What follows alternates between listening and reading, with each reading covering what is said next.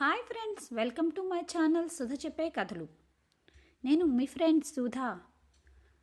వాల్మీకి శాపం రామాయణానికి మూల కథ. అదేంటి, వాల్మీకి ఎవరిని శపించారు? అది రామాయణానికి మూల కథగా ఎలా మారింది? తెలుసుకునే ముందు ఫ్రెండ్స్, ఒక చిన్న రిక్వెస్ట్. నేను చెప్పే కథలు మీకు నచ్చుతుంటే ఒక చిన్న లైక్ ఇచ్చి మీ ఫ్రెండ్స్కి షేర్ చేసి, ఎవరైనా మొదటిసారిగా మన ఛానల్ని చూస్తుంటే సబ్స్క్రైబ్ చేసుకోండి. కథలోకి వెళ్ళిపోదామా? ఒకసారి వాల్మీకి మహర్షి నారదుడిని ఏమని అడిగారంటే,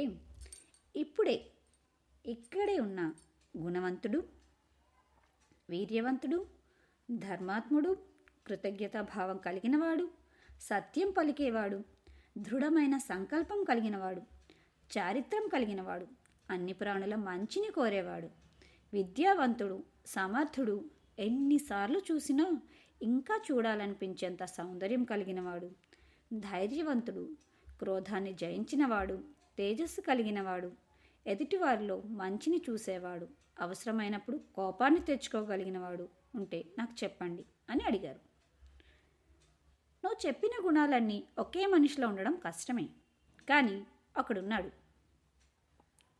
నీకు ఇప్పుడు అతని గురించి చెప్తాను అని నారద మహర్షి ఇలా అన్నారు.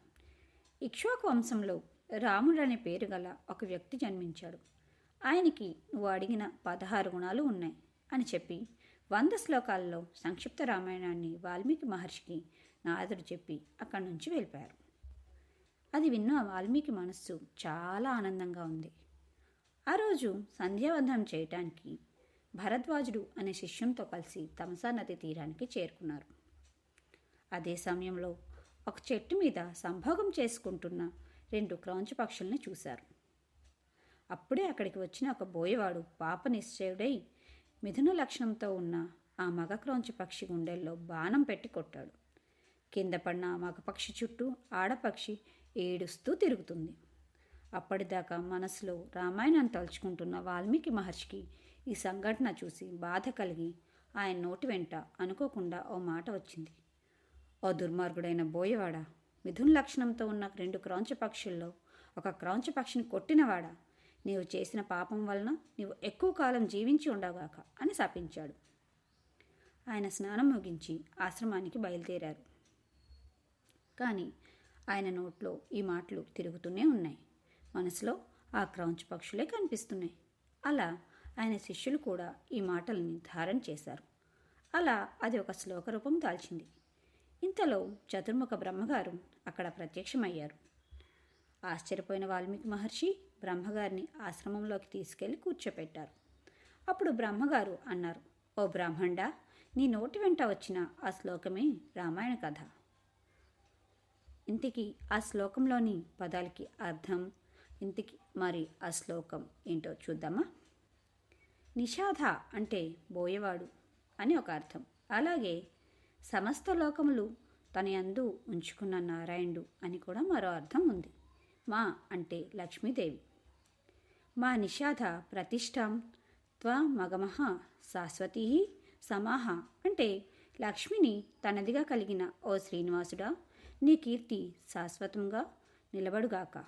యత్ క్రౌంచ మిథునాదేకం అవధి కామమోహితం, కామం చేత పీడింపబడి బ్రహ్మగారు ఇచ్చిన వరముల చేత అహంకారం పొంది కామమే జీవితంగా జీవిస్తున్న రాక్షసుల జంటైన రావణ మండోదరలో రావణుడు అనే క్రౌంచపక్షిని నీ బాణంతో కొట్టి చంపిన ఓ రామ, నీకు మంగళం జరుగాక అని ఆ శ్లోక అర్థం మారింది అని బ్రహ్మగారు అన్నారు.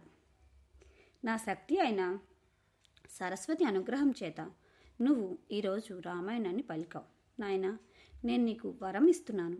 నువ్వు కూర్చుని రామాయణం రాద్దామని మొదలు పెడితే రాముడు, లక్ష్మణుడు, సీతమ్మ, రాక్షసులు మొదలైన వాళ్ళు మాట్లాడిన మాటలే కాదు, వాళ్ళ మనసులో అనుకున్న విషయాలు కూడా నీకు తెలుస్తాయి. ఈ భూమి మీద నదులు, పర్వతాలు ఎంతకాలం ఉంటాయో అంతకాలం నీ రామాయణం ఉంటుంది. ఇందులో ఒక మాట అబద్ధం కానీ కల్పితం కానీ ఉండదు. నువ్వు ఇంకా రామాయణం రాయడం మొదలుపెట్టు అని వరం ఇచ్చి వెళ్ళిపోయారు. వాల్మీకి మహర్షి ధ్యానం చేసి కూర్చోగా ఆయనకి బ్రహ్మగారి వరం వల్ల జరిగిన రామాయణం అంతా కనబడసాగింది. ఆయన రామాయణం రచించడం ప్రారంభించారు. మొత్తం 24,000 శ్లోకాలు, 6 కాండలు, 6 కాండల మీద మరో కాండ 500 సర్గల రామాయణాన్ని రచించడం ప్రారంభించారు. తర్వాత ఈ రామాయణాన్ని లవకుశుల చేత అయోధ్యలో శ్రీరాముని ముందు పాడించారు.